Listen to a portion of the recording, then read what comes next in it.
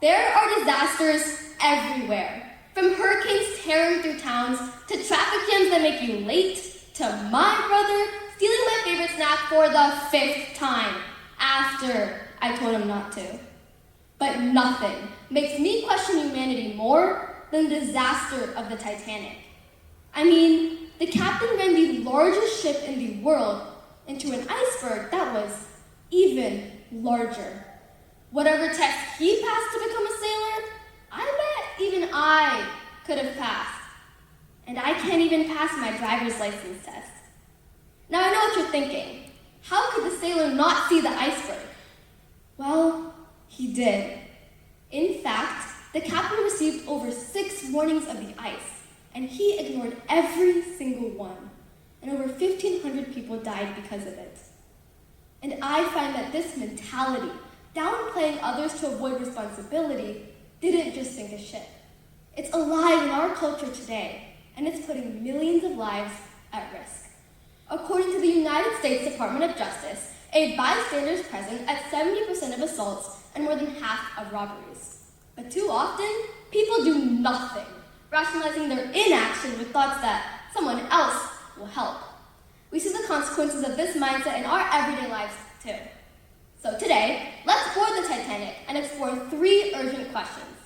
First, why humans are naturally wired to look away from the massive icebergs in front of us. Next, how our society drifts past danger. And finally, how we can provide lifeboats to those in need. Now, I know what you're thinking. How could a sailor who sold over 2,000 people across the Titanic even get that job? Even I can't get the job, and I can actually listen, or at least I hope so. But this isn't just about bad sailing. The Titanic reveals something deeper about human nature. When faced with others' suffering or overwhelming responsibility, we often lessen their pain to protect ourselves from the stress of taking action. Dr. Paul Slovic, a professor at the University of Oregon, calls this psychic numbing. His research shows that as the number of people suffering increases, our empathy for them decreases. In other words, the bigger the problem is, the easier it is to look away. Don't believe me? Well, let's try an example. Imagine hearing about Maya, a 7-year-old girl who hasn't eaten a full meal in 3 days, saving all of her leftovers for her sick mother. But then, imagine hearing the alarming statistic. 733 million people worldwide go hungry daily. Who are you more likely to help? Maya.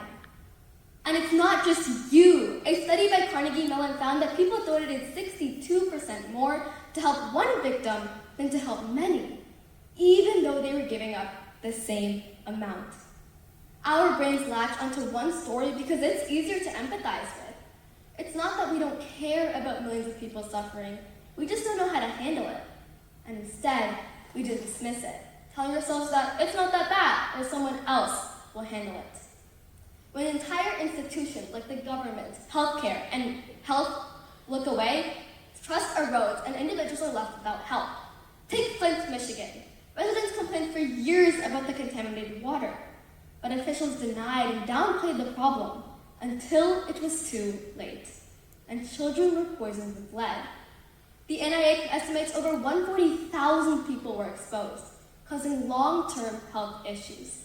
By ignoring the problem, those in power turn preventable pain into a real disaster.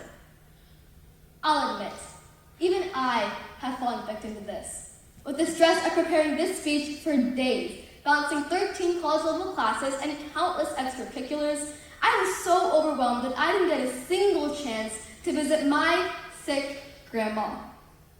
I minimized her pain, not because I didn't care, but because I was so overwhelmed by my own. I cared for her so deeply that this shows how easily we can unintentionally dismiss others' pain and let our own pressures get in the way. And when we all do this, we risk losing connections that truly matter. But it's not our fault. We are all naturally wired to be this way, but we can take action to prevent it. Here are 3 solutions you can take to stop dismissing pain and start taking real accountability. First, notice sitting pain. Check in on a friend who seems off. Small acts of compassion can prevent suffering from turning into a real disaster. Second, support programs and policies that make systemic change. At Boston's children's hospitals, doctors and nurses who train to listen to patients more closely saw faster diagnosis and better outcomes. And movements like the #MeToo movement show how acknowledging pain can lead to real, lasting change. And finally, take personal ownership. As students, we know the power of our voices. Let's use them, not just here, but in life, to speak up, advocate for others, and act when we see suffering. The Titanic didn't sink because people appeared out of nowhere. It sank because we minimized the danger and ignored the warning signs. Let's be the ones who raise the alarms and keep each other afloat.